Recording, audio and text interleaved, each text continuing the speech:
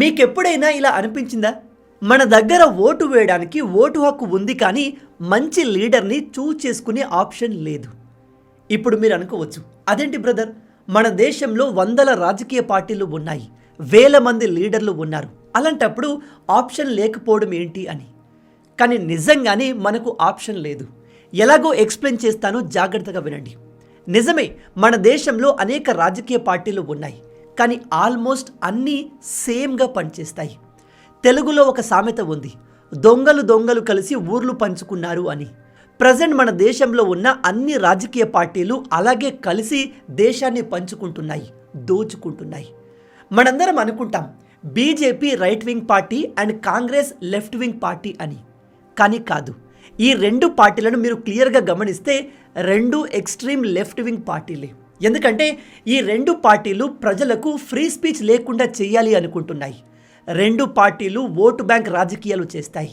And ఈ రెండు పార్టీలు యాంటీ మిడిల్ క్లాస్ లాగా అనిపిస్తాయి. ఈ రెండు పార్టీలు సోషలిజంని విపరీతంగా ప్రమోట్ చేస్తాయి. ఇక లోకల్, రీజనల్ పార్టీల విషయానికి వస్తే ఇవైతే నేషనల్ పార్టీల కంటే దారుణంగా ఉన్నాయి. జస్ట్ వీళ్ళు పవర్లో ఉండేందుకు లోకల్ లెవెల్లో లాంగ్వేజ్ ఇష్యూని క్రియేట్ చేశారు. దేశ ప్రజలు ఒకరినొకరు భాష ఆధారంగా కొట్టుకునేలా చేశారు.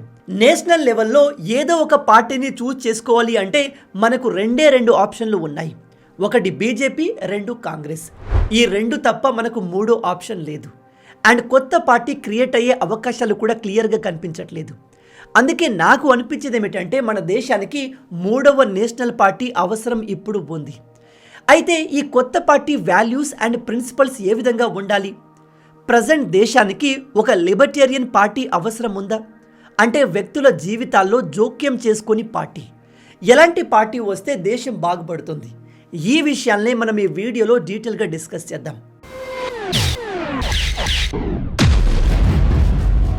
మొదటగా మన దేశానికి ఒక కొత్త మూడవ నేషనల్ పార్టీ అవసరం ఎందుకు ఉందో తెలుసుకుందాం.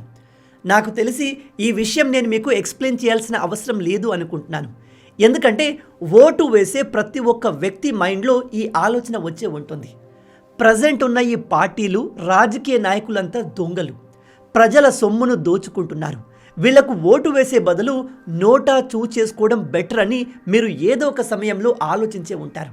నిజానికి మన దేశంలో చాలామంది ఒపీనియన్స్ ప్రకారం మనం ఓట్లు వేసేటప్పుడు ఒక బెస్ట్ పార్టీని చూజ్ చేసుకోవట్లేదు. వరస్ట్ పార్టీస్లో లెస్ వరస్ట్ పార్టీని చూజ్ చేసుకుంటున్నాం. ఎందుకంటే దేశంలో the best and great party అనేది ఏదీ లేదు. మెచ్యూర్ ఓటర్స్కి ఒక విషయం క్లియర్గా తెలుసు.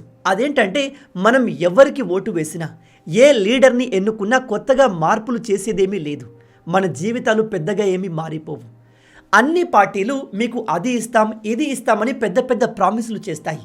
కానీ ఎట్ ద ఎండ్ అందరూ తమ జేబును ఎలా నింపుకోవాలో ఆలోచిస్తారు.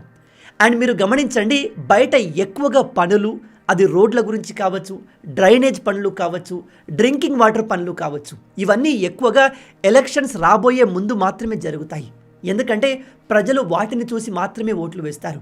వన్స్ గెలిచిన తర్వాత ఏ నాయకుడు మీ సమస్యల గురించి పట్టించుకోవడానికి రాడు. మన దేశంలో కొన్ని రాష్ట్రాలు ఉన్నాయి. అక్కడ ప్రతిసారి రెండే పార్టీలు పవర్లో ఉంటాయి. హిమాచల్ ప్రదేశ్, ఉత్తరాఖండ్, రాజస్థాన్, కర్ణాటక అండ్ గోవా. ఈ రాష్ట్రాల్లో 5 సంవత్సరాలు కాంగ్రెస్ రూల్ చేస్తే నెక్స్ట్ 5 సంవత్సరాలు బీజేపీ రూల్ చేస్తుంది. ఇదే అక్కడ రిపీట్ అవుతూ వస్తుంది. అక్కడి లీడర్లకు క్లియర్గా తెలుసు, ఈసారి కాకపోతే నెక్స్ట్ మేమే గెలుస్తాము అని. అలాంటప్పుడు అనవసరంగా ప్రజల కోసం పనిచేసి డబ్బులు వేస్ట్ చేయడం ఎందుకు? పని చేసినా చేయకపోయినా ఎవడు పట్టించుకోడు అనేది వీళ్ళలో ఉన్న ధీమా. ప్రజల దగ్గర కూడా ఎక్కువగా ఆప్షన్స్ లేవు, రెండే ఉన్నాయి. వేస్తే వీళ్లకు ఓటేయాలి లేదా వాళ్లకు ఓటేయాలి. పైగా ఈ కాలంలో ఫ్రీ బీస్ ట్రెండ్ నడుస్తుంది. దాంతో ఈ పార్టీల పని మరింత ఈజీ అయిపోయింది. రాజకీయ పార్టీలు ప్రజల కోసం పనిచేసినా చేయకపోయినా ఏదో ఒక స్కీమ్ని తీసుకువచ్చి మహిళలకు ప్రతి నెల ఇంత డబ్బును ఇస్తాము, మగవారికి ఇంత ఇస్తాము, ఫ్రీగా గ్యాస్ ఇస్తాము, కరెంట్ బిల్ ఫ్రీ చేస్తాము, ఇలా నోటికి వచ్చిన ప్రామిస్లు చేసి గవర్నమెంట్ డబ్బును ఇష్టం వచ్చినట్టుగా పనిచేసి అధికారంలోకి వచ్చేస్తున్నారు. స్టార్టింగ్లో బీజేపీ చెప్పేది, ఈ ఫ్రీబీస్ కల్చర్ దేశ ఎకానమీకి మంచిది కాదు, దేశాన్ని నాశనం చేస్తుంది అని. ఇది 100% నిజం. హిందీలో దీన్ని రేవడీ కల్చర్ అంటారు. దీని గురించి మన మోడీ గారు కూడా మాట్లాడారు. ఒకసారి ఆ వీడియో క్లిప్ని మీరే చూడండి. आजकल हमारे देश में मुफ्त की रेवड़ी बांटकर वोट बटोरने का कल्चर लाने की भरसक कोशिश हो रही है। ये रेवड़ी कल्चर देश के विकास के लिए बहुत घातक है। ఇక్కడ ఈయన చెప్తున్నారు ఈ ఫ్రీబీస్ కల్చర్ చాలా డేంజరస్, మన దేశ ఎకానమీని నాశనం చేస్తుంది అని. కానీ కట్ చేస్తే బీజేపీయే రికార్డ్ లెవెల్లో ప్రజల్లో ఫ్రీబీస్ని పంచుతుంది. దేశవ్యాప్తంగా దాదాపు 80 కోట్ల మంది ప్రజలు ఫ్రీ రేషన్ పైన డిపెండ్ అయి ఉన్నారు. అండ్ డిఫరెంట్ రాష్ట్రాలు డిఫరెంట్ పేర్లతో మహిళలకు ఫ్రీగా డబ్బులు పంచుతున్నారు. నిజానికి బీజేపీ మేము ఇండియా వైడ్గా స్మార్ట్ సిటీస్ని క్రియేట్ చేస్తాం, దేశాన్ని మ్యానుఫ్యాక్చరింగ్ హబ్గా తయారు చేస్తాము అని ప్రామిస్లు చేసింది. अगर हम चाहें तो हम 100 नए शहरों का सपना आज देश की आवश्यकता के लिए कर सकते हैं. కానీ వీటన్నిటిని మర్చిపోయి ప్రజెంట్ ఈ బీజేపీ ఫ్రీ బీస్ పైన పడింది. అలా ఎందుకు అంటే ప్రజలు కూడా అలాగే తయారయ్యారు. ప్రజలు ఎవరైతే ఫ్రీగా డబ్బులు పంచుతున్నారో, ఎవరైతే ఫ్రీ సర్వీసులు వస్తువులు ఇస్తున్నారో వాళ్ళకే ఓట్లు వేస్తున్నారు. అలాంటప్పుడు మిగతా పార్టీలు ఇలా చేసి బెనిఫిట్ అవ్వడం కంటే మనమే చేసి పవర్లో ఉంటే బెటర్ అనుకుని బీజేపీ ఇప్పుడు అదే చేస్తుంది. ప్రజలు ఫ్రీ బీస్నే కోరుకుంటున్నారు కాబట్టి బీజేపీ కూడా స్మార్ట్ సిటీస్ గురించి మాట్లాడడమే మానేసింది. స్మార్ట్ సిటీస్ పేరు మీద రోడ్లపైన ఇదిగో ఇలాంటి క్లాక్ టవర్లు కట్టి వదిలేస్తున్నారు. బీజేపీ ఒకటే కాదు, కాంగ్రెస్ కూడా ఇదే చేస్తుంది. మన తెలంగాణలో కాంగ్రెస్ ఎలా గెలిచింది? అన్నీ ఫ్రీగా ఇస్తామని చెప్పే కదా గెలిచింది. ఇలా దేశంలో అన్ని పార్టీలు ఫ్రీబీస్ని బేస్ చేసుకుని గెలుస్తున్నాయి. ఇప్పుడు రాజకీయ పార్టీల మధ్య ఎటువంటి పోటీ ఉందో తెలుసా? ఎవరు ఎక్కువ డబ్బులు వస్తువుల్ని ఫ్రీగా ఇస్తారు అని. జనాలు కూడా ఏమాత్రం ఆలోచన లేకుండా ఈ ఫ్రీబీస్కి ఆశపడి ఓట్లు వేస్తున్నారు. కానీ గుర్తుపెట్టుకోండి, ఈ ఫ్రీబీస్ ఇప్పుడు తీసుకోవడానికి బాగానే ఉంటుంది, కానీ దీనివల్ల మనకు భవిష్యత్తు లేకుండా పోతుంది. దేశ ఎకానమీ సర్వనాశనం అవుతుంది. ఆల్రెడీ ఈ ఎఫెక్ట్ ఇప్పుడు కనిపించడం మొదలైంది. ఢిల్లీలో పొల్యూషన్ విపరీతంగా పెరిగింది. అక్కడి గాలి పీల్చుకోవడానికి విషపూరితంగా మారింది. అలా అని మన హైదరాబాద్ ఎంతో బెటర్గా ఉంది అనుకోకండి. మన హైదరాబాద్ ఎయిర్ క్వాలిటీ కూడా డేంజరస్ లెవెల్లోనే ఉంది. ఇది కూడా ఆరోగ్యానికి మంచిది కాదు. ఈ విధంగా ఎందుకు జరుగుతుంది? మీరు ఎయిర్ క్వాలిటీని ఇంప్రూవ్ చేయండి అని గవర్నమెంట్ని క్వశ్చన్ చేశారే అనుకోండి, వాళ్ళు ఓపెన్గా ఫండ్స్ లేవు అని చెప్తున్నారు. ఒక రకంగా అది నిజమే. మీరు ఉన్న డబ్బునంతా ఫ్రీగా తీసుకున్నప్పుడు డెవలప్మెంట్ చేయడానికి గవర్నమెంట్ దగ్గర డబ్బు ఎక్కడి నుంచి వస్తుంది? క్యాస్ట్ సెన్సస్, కుల గణన గుర్తుందా? కాంగ్రెస్ పార్టీ దేశంలో ఉన్న ప్రజల కులాలు తెలుసుకొని ఏ కులం వారు ఎక్కువగా ఉన్నారో వాళ్లకు ఎక్కువ రిజర్వేషన్ ఇవ్వాలి, పాపులేషన్ వైజ్గా రిజర్వేషన్ని పంచాలి అని ఒక మూమెంట్ని తీసుకువచ్చింది.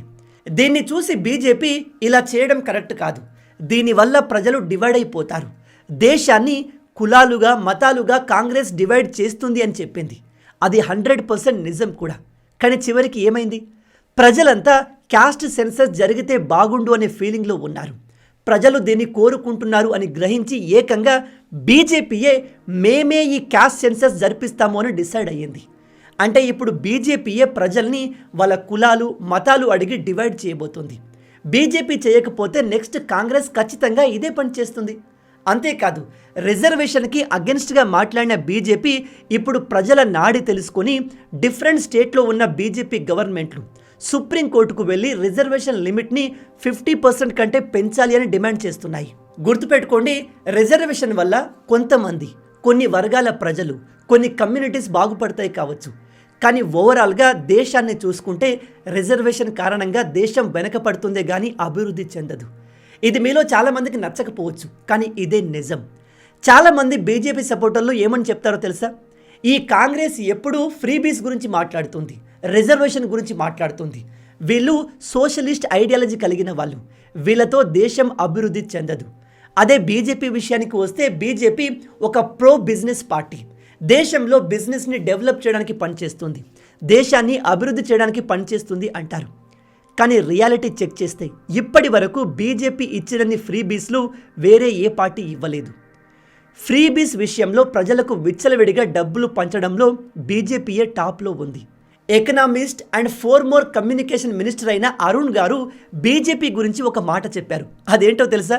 బీజేపీ గొప్ప పార్టీ ఏమీ కాదు, ఇది సేమ్ కాంగ్రెస్ లాంటి పార్టీని, కాకపోతే plus cow. BJP is equal to Congress plus cow అని చెప్పారు. అర్థమయ్యే వాళ్ళకు ఇది అర్థమయ్యే ఉంటుంది. కొన్నిసార్లు ఈ బీజేపీ పార్టీని చూస్తుంటే ఈ పార్టీ కాంగ్రెస్ కంటే కూడా ఎక్కువ కాంగ్రెస్ లాగా అనిపిస్తుంది. ఎందుకంటే ఎంతోమంది కరప్ట్ లీడర్లను వీళ్ళు తమ పార్టీలో జాయిన్ చేసుకున్నారు. ఇవాళ బీజేపీ వాళ్ళు ఒక పర్టికులర్ లీడర్ని కరప్షన్ విషయంలో బాగా తిట్టారే అనుకోండి, నెక్స్ట్ డే మార్నింగ్ కల్లా ఆ లీడర్ వచ్చి బీజేపీలో జాయిన్ అయిపోతాడు. కోప్పడకండి, ఊరికే చెప్పట్లేదు, మహారాష్ట్రలో ఇలాగే జరిగింది. మొదట్లో బీజేపీ ఈ కాంగ్రెస్ పార్టీ లీడర్ అయిన పవర్కి అగెన్స్ట్గా క్యాంపెయిన్ చేసింది. ఇతను ఒక దొంగ అని క్రిటిసైజ్ చేసింది. కట్ చేస్తే ఇతను బీజేపీతో చేతులు కలిపాడు. ఇప్పుడు డిప్యూటీ సీఎం అయ్యాడు. ఈ అపోజిషన్ పార్టీలు కూడా తక్కువేమీ కాదు. వీళ్ళంతా కలిసి ఇండీ బ్లాక్ అనే ఒక గ్రూప్ని, అలయన్స్ని క్రియేట్ చేశారు. నేషనల్ విషయానికి వస్తే వీళ్ళంతా కలిసి పోరాడతారు. కానీ స్టేట్ విషయానికి వస్తే ఒకరినొకరు శత్రువుల కంటే హీనంగా క్రిటిసైజ్ చేసుకుంటారు. నేను ఈ వీడియోలో బీజేపీ గురించి ఎక్కువగా మాట్లాడుతున్నాను కాబట్టి బీజేపీయే బ్యాడ్ అనుకోకండి. మిగతా పార్టీలు బీజేపీ కంటే వరస్ట్గా ఉన్నాయి. అందుకే నేను మీకు స్టార్టింగ్లో ఒక మాట చెప్పాను. మనం ఓటు వేసి ఒక పార్టీని సెలెక్ట్ చేసుకుంటున్నాము అంటే ఆ పార్టీ బెటర్ అని కాదు, ఇది లీస్ట్ వరస్ట్ పార్టీ అని అర్థం. ఉదాహరణకి కాంగ్రెస్ అండ్ ఆమ్ ఆద్మీ పార్టీ లోక్సభ ఎలక్షన్లో వీళ్ళు చేతులు కలుపుకొని ఒకరినొకరు హగ్ చేసుకొని పోటీ చేశారు. కానీ ఢిల్లీ ఎలక్షన్ వచ్చేసరికి ఈ అరవింద్ కేజ్రీవాల్ని మొదటగా టార్గెట్ చేసింది కాంగ్రెసే. ఈ కేజ్రీవాల్ లిక్కర్ స్కామ్ని ఎక్స్పోజ్ చేసిందే కాంగ్రెస్ పార్టీ. అందుకే నేను ఇక్కడ చెప్పేది ఏమిటంటే మన దేశంలో ఉన్న ఈ అన్ని పార్టీలు సేమ్, వీళ్ళ మధ్య అసలు కొద్దిగా కూడా డిఫరెన్స్ లేదు. అన్ని పార్టీలు విచ్చలవిడిగా ఫ్రీ బీస్లు పంచుతున్నాయి, ప్రజల ఫ్రీ స్పీచ్కి అగెన్స్ట్గా యాక్షన్ తీసుకుంటున్నాయి, ఓటు బ్యాంక్ పాలిటిక్స్ని చేస్తున్నాయి, అన్ని రిజర్వేషన్ని పెంచాలి అని చూస్తున్నాయి. రిజర్వేషన్ దేశానికి, దేశ అభివృద్ధికి మంచిది కాదు అని తెలిసి కూడా అన్ని పార్టీలు దీన్ని సపోర్ట్ చేస్తున్నాయి. రిజర్వేషన్ని 50% కంటే ఎక్కువ చేయాలి. ఈవెన్ ప్రైవేట్ ఆర్గనైజేషన్లో కూడా రిజర్వేషన్ తేవాలి అనే తెలివి తక్కువ ఆలోచనలు కలిగిన పార్టీస్ కూడా మన దేశంలో ఉన్నాయి.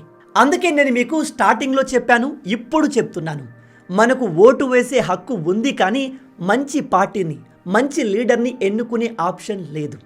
దేశంలో మేము ఫ్రీ మార్కెట్ని సపోర్ట్ చేస్తాము, మేము బిజినెస్లను సపోర్ట్ చేస్తాము, మేము దేశంలో మ్యానుఫ్యాక్చరింగ్ని సపోర్ట్ చేస్తాము అని జెన్యున్గా చెప్పే పార్టీలు మన దేశంలో లేవు. చాలామంది చెప్తారు బీజేపీ అన్ని పార్టీల కంటే కాస్త ప్రో బిజినెస్ అని, కానీ వీళ్ళే మన పబ్లిక్ సెక్టార్ యూనిట్స్లో కాంగ్రెస్ కంటే ఎక్కువ డబ్బుని ఇన్వెస్ట్ చేశారు.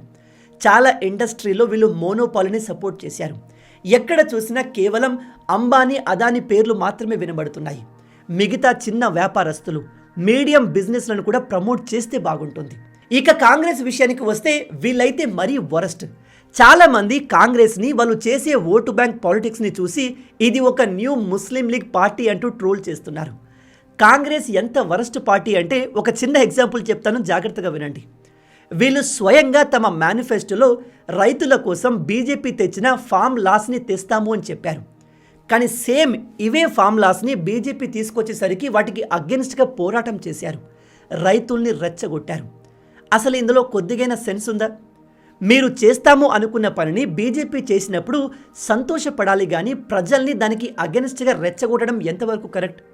అలాగే ఈ కాంగ్రెస్ వాళ్ళు ఒకవైపు యువకులకు ఉద్యోగాలు రావట్లేదు, దేశంలో ఉద్యోగ అవకాశాలు బీజేపీ ప్రభుత్వం కల్పించట్లేదు అని పోరాటం చేస్తూనే మరోవైపు రిజర్వేషన్ని 50% కంటే ఎక్కువ చేయాలి అని మాట్లాడుతున్నారు. కొంతమంది అయితే ప్రైవేట్ కంపెనీస్లో కూడా రిజర్వేషన్ తేవాలి అని చెప్తున్నారు. అండ్ వీళ్ళు బీజేపీ దేశ ఎకానమీని నాశనం చేసింది అని బ్లేమ్ చేస్తారు. కానీ వాళ్ళు రూల్ చేసే స్టేట్లో మాత్రం ఓల్డ్ పెన్షన్ స్కీమ్ని తీసుకువచ్చి ఆ రాష్ట్రాల ఎకానమీని మరింత వీక్ చేస్తున్నారు. ఇక రీజియన్ పార్టీల విషయానికి వస్తే ఇవి నేషనల్ పార్టీల కంటే వరస్ట్గా ఉన్నాయి. ఉదాహరణకి మనం ఆమ్ ఆద్మీ పార్టీని తీసుకుందాం. ఎందుకంటే దేశవ్యాప్తంగా ఉన్న రీజనల్ పార్టీస్లో ఇది మొన్నటి వరకు ఒక సక్సెస్ఫుల్ పార్టీ.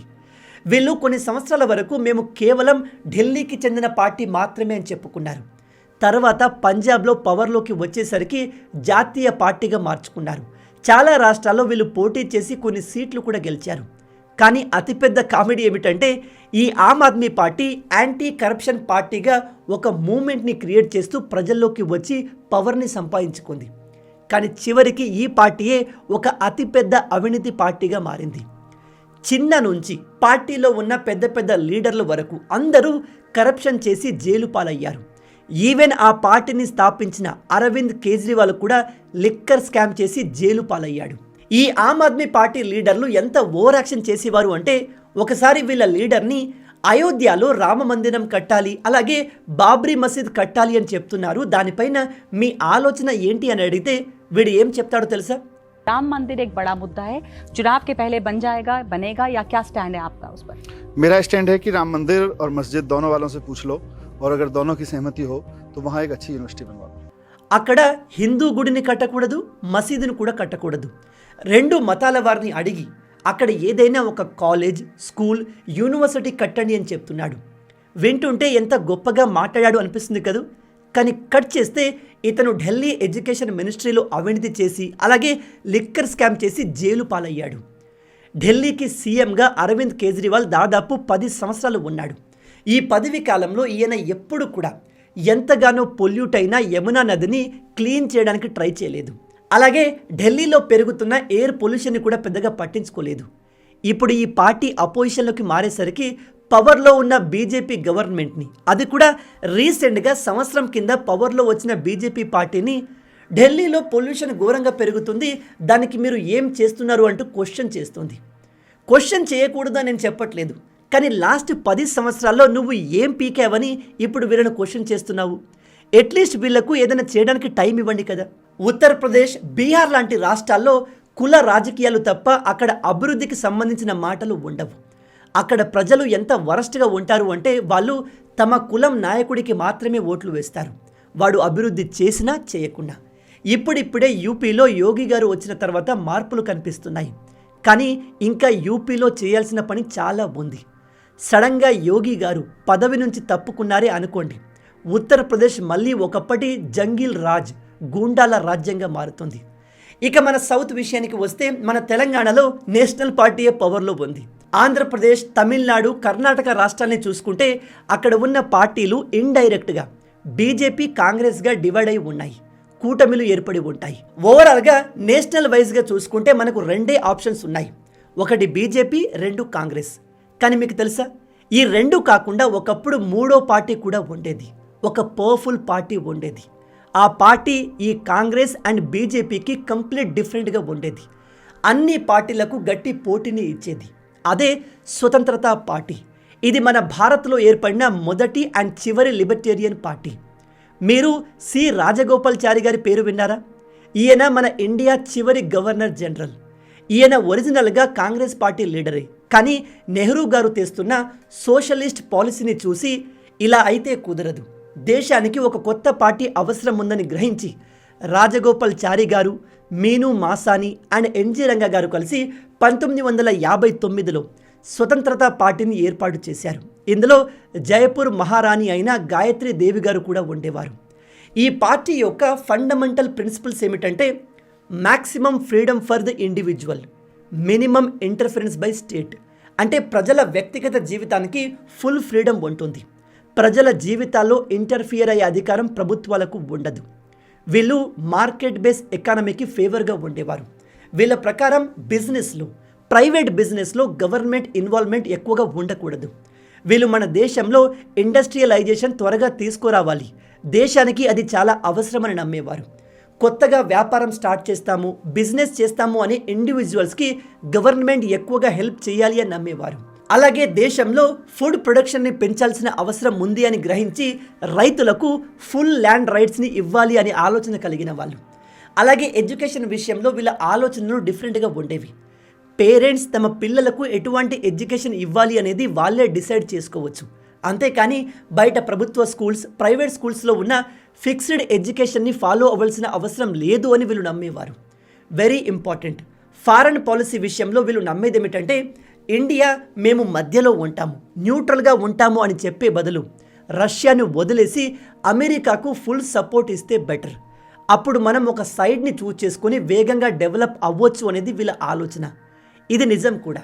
అలాగే ఈ పార్టీ లీడర్ 1969లో గవర్నమెంట్కి మన దేశంలో ఉన్న కమ్యూనిస్ట్ పార్టీస్ అన్నిటినీ బ్యాన్ చేయాలి అని కోరారు. ఎందుకంటే ఈ కమ్యూనిస్ట్ పార్టీలు ప్రజల్ని ఆయుధాలు పట్టుకునేలా చేస్తాయి. ఇది ఒక రకంగా నిజం కూడా. స్వతంత్రతా పార్టీ ప్రకారం కమ్యూనిస్ట్ పార్టీలు దేశ అభివృద్ధికి చాలా ప్రమాదకరం. ఇక ఐడియాలజికల్గా చూస్తే ఈ స్వతంత్రత పార్టీ సెక్యులర్ పార్టీ, కానీ వీళ్ళు ఎక్కువగా భారత సంస్కృతిని, సాంప్రదాయాన్ని, వాల్యూస్ని ప్రమోట్ చేసేవాళ్ళు. ఈ పార్టీ 1962లో మొదటిసారి జనరల్ ఎలక్షన్లో పోటీ చేసి 18 సీట్లు గెలిచింది. బీహార్, రాజస్థాన్, గుజరాత్, ఒడిస్సా లాంటి రాష్ట్రాల్లో అప్పటి పవర్ఫుల్ కాంగ్రెస్ పార్టీకి గట్టి పోటీని ఇచ్చింది. ఆ తర్వాత జరిగిన 1967 జనరల్ ఎలక్షన్లో ఏకంగా 44 సీట్లు గెలిచి India's first single biggest opposition పార్టీగా మారింది. అంటే ఈ పార్టీ స్టార్ట్ అయిన కేవలం 8 సంవత్సరాల్లోనే ఇండియాస్ బిగ్గెస్ట్ అపోజిషన్ పార్టీగా మారింది. వీళ్ళు ఇందిరాగాంధీ గారు తీసుకువచ్చిన బ్యాంక్స్ నేషనలైజేషన్ బిల్కి భారీగా అపోజ్ చేశారు. కానీ 1972లో రాజగోపాల్చారి గారి మరణం తర్వాత పార్టీలో అంతర్యుద్ధం మొదలైంది. చివరికి 1974లో ఈ పార్టీ అప్పటి భారతీయ క్రాంతి దళ్ అనే ఒక పార్టీలో విలీనమైపోయింది. ఈ పార్టీ ఇండియాలో కేవలం 15 సంవత్సరాలు మాత్రమే ఉంది. కానీ ఆ 15 సంవత్సరాలు ఇండియాలోని సింగిల్ లార్జెస్ట్ అపోజిషన్ పార్టీగా మారింది. ఒకసారి ఇమాజిన్ చేయండి, ఇలాంటి వాల్యూస్తో ఉన్న పార్టీ మన ఇండియాలో ఇప్పటికీ ఉంటే, వీళ్ళు మన దేశాన్ని రూల్ చేసి ఉంటే, మన దేశంలో ఇండస్ట్రియలైజేషన్ ఎంతో ముందుగా వచ్చేది. ఏ రీఫార్మ్స్ అయితే మనం 1991లో తీసుకొచ్చామో వాటిని ముందుగానే తీసుకువచ్చి దేశాన్ని మరింత అభివృద్ధి చేసేవారు. ప్రజెంట్ మన దేశం కూడా చైనా లాగా ఉండేది కావచ్చు. చైనా లాగా కాకపోయినా ప్రజెంట్ చైనాకు మనకు ఉన్న గ్యాప్ కంటే తక్కువ గ్యాప్ ఉండేది. ఇక ప్రజెంట్ గురించి మాట్లాడితే నా ఒపీనియన్ ప్రకారం మనకు ఇలాంటి ఒక పార్టీ అవసరం ఇప్పుడు ఉంది. ఇప్పుడు ఉన్న పార్టీలు చేస్తున్న corruption, freebies, vote bank politics చూసి ప్రజలు విసిగిపోయారు. ప్రజెంట్ ఉన్న అన్ని పార్టీలు మిడిల్ క్లాస్ని అన్ని విధాలుగా దోచుకుంటున్నాయి. రోజు రోజుకి ప్రజల నమ్మకం ఈ పార్టీలపైన, గవర్నమెంట్ పైన తగ్గుతూ వస్తుంది. ఈ విషయాన్ని బాగా గుర్తుపెట్టుకోండి. మన దేశంలో గవర్నమెంట్ డెవలప్ అయిన యూరోపియన్ దేశాల కంటే ఎక్కువ ట్యాక్స్ని తీసుకుంటుంది. కానీ సర్వీసుల విషయానికి వస్తే ఆఫ్రికా దేశాల్లో ఇచ్చే సర్వీస్ కూడా ఇవ్వట్లేదు. మన దేశ ప్రజల క్వాలిటీ ఆఫ్ లైఫ్ ఆఫ్రికన్ ప్రజల కంటే వరస్ట్గా ఉంది అంటే ప్రజెంట్ దేశ పరిస్థితి ఎలా ఉందో ఆలోచించండి. ఇవి చూసి ప్రజలకు దేశంలో ఉన్న ప్రభుత్వాలు, పార్టీలపైన నమ్మకం లేకనే ఇప్పటి యువకులు అవకాశం వచ్చిన వెంటనే దేశం వదిలి వెళ్ళిపోతున్నారు. ఇప్పుడు మీలో కొంతమంది కింద కామెంట్లో, బ్రదర్ మనం రీసెంట్గా 4th బిగ్గెస్ట్ ఎకానమీగా మారాం, ఇంకేం కావాలి అని అడుగుతారు. ఎస్, ప్రీవియస్ గవర్నమెంట్ కంటే ప్రజెంట్ గవర్నమెంట్ కాస్త బెటర్గా పనిచేస్తుంది. 4th బిగ్గెస్ట్ ఎకానమీగా మారడం చాలా గొప్ప విషయం. కానీ అది మనకు సరిపోదు. ఎందుకంటే కేవలం 12 కోట్ల మంది జనాభా ఉన్న జపాన్ జీడిపి $4 ట్రిలియన్ ఉంటే 140 కోట్ల మంది జనాభా ఉన్న మన జీడిపి ఎంత ఉండాలి? అట్లీస్ట్ జపాన్కి 10 రెట్లు ఉండాలా లేదా? 10 రెట్లు కాస్త ఓవర్ అనిపించినా 5 రెట్లు అయితే మినిమం ఉండాలి కదా. కానీ ప్రజెంట్ మనం ఆ పొజిషన్లో లేము. జీడిపి విషయంలో మనం ముందుకు సాగుతున్నాము, చాలా మంచి విషయం. కానీ అసలైన అభివృద్ధి పర్ క్యాపిటా ఇన్కమ్ మీద డిపెండ్ అయి ఉంటుంది. ఇందులో మన ఇండియా 140వ పొజిషన్లో ఉంది. మొత్తం 190 దేశాల్లో మన ర్యాంక్ 140. ఇలా చెప్పి నేను మిమ్మల్ని డిసప్పాయింట్ చేయట్లేదు, కానీ ఇది కూడా ఒక రియాలిటీ అని చెప్తున్నాను. ఈ పర్ క్యాపిటా ఇన్కమ్ పెరిగితేనే దేశ ప్రజలు అభివృద్ధి చెందినట్లు. ఒకసారి మీరు ఇంటి బయటకి వెళ్ళి చూడండి. రోడ్లపైన, గుడి బయట, మసీదు బయట, చర్చిల దగ్గర ఎటు చూసినా మీకు పేదరికమే కనిపిస్తుంది. ఇది పోవాలి. దేశం వేగంగా అభివృద్ధి చెందాలి అంటే నా ఆలోచన ప్రకారం మన దేశానికి ఒక కొత్త పార్టీ అవసరం ఉంది. ఈ కొత్త పార్టీ క్యాస్ట్, లాంగ్వేజ్, రిలీజియన్ గురించి మాట్లాడకుండా ఎకానమీ గురించి, దేశ అభివృద్ధి కోసం పనిచేసేదై ఉండాలి. వీళ్ళ ఫోకస్ రిజర్వేషన్ మీద కాకుండా మ్యానుఫ్యాక్చరింగ్ పైన, ఇండస్ట్రియలైజేషన్ పైన, జాబ్స్ క్రియేట్ చేయడం పైన ఉండాలి. అయినో ఇలాంటి విషయాలు మాట్లాడి అభివృద్ధి గురించి చెబుతూ నాకు ఓటు వేయండి, నేను మిమ్మల్ని అభివృద్ధి పరుస్తాను అని చెబితే ప్రజలు ఓట్లు వేయరు. కానీ అర్బన్ ఏరియాస్లో, మెట్రోపాలిటన్ సిటీస్లో ప్రజల్లో అవేర్నెస్ స్టార్ట్ అయింది. ఇలాంటి కొత్త ఐడియాస్తో దేశాన్ని అభివృద్ధి చేయాలి అనే ఆలోచనతో ఏదైనా కొత్త పార్టీ వస్తే సపోర్ట్ చేయడానికి కోట్ల మంది చదువుకున్న యువకులు, ఉద్యోగస్తులు, వ్యాపారస్తులు సిద్ధంగా ఉన్నారు అనేది నా నమ్మకం. కులాల గురించి, మతాల గురించి, భాష గురించి మాట్లాడకుండా కేవలం అభివృద్ధి గురించి, ప్రజల జీవితాలు మెరుగుపరచడం గురించి మాట్లాడే ఒక పోరాడే పార్టీ త్వరలో రావాలని మనస్ఫూర్తిగా కోరుకుందాం. లేదా మనమే ఒక పార్టీని మొదలు పెడదామా? మీ ఆలోచనల్ని, ఐడియాస్ని కింద కామెంట్లో చెప్పండి. నేను ఈ వీడియోలో చెప్పిన విషయాల గురించి మీరేమనుకుంటున్నారు? మీ ఆలోచన ఏంటి అనేది కూడా కింద కామెంట్లో మాతో షేర్ చేయండి. మొత్తంగా ఇవి ఈ వీడియోలో నేను మీకు చెప్పదలుచుకున్న విషయాలు. ఈ విషయాలు ప్రతి ఒక్కరికి తెలిసేలా వీడియోని షేర్ చేయండి. ఈ వీడియో మీకు నచ్చింది అనుకుంటున్నాను. నచ్చితే అలా ఊరికే చూసి వెళ్ళిపోకుండా వీడియోని లైక్ చేయండి. మన తెలుగు యువతను ఎంత వీలైతే అంత దేశభక్తులుగా మార్చాలి అనే మిషన్తో పనిచేస్తున్నాము. మన ఛానల్ని సబ్స్క్రైబ్ చేసుకొని ఆ మిషన్లో మీరు భాగమవ్వండి. రాబోయే వీడియోలో ఇంకో ఇంట్రెస్టింగ్ టాపిక్తో మళ్ళీ కలుద్దాం. అంటిల్ దెన్, జై హింద్, జై భారత్, భారత్ మాతాకి జై.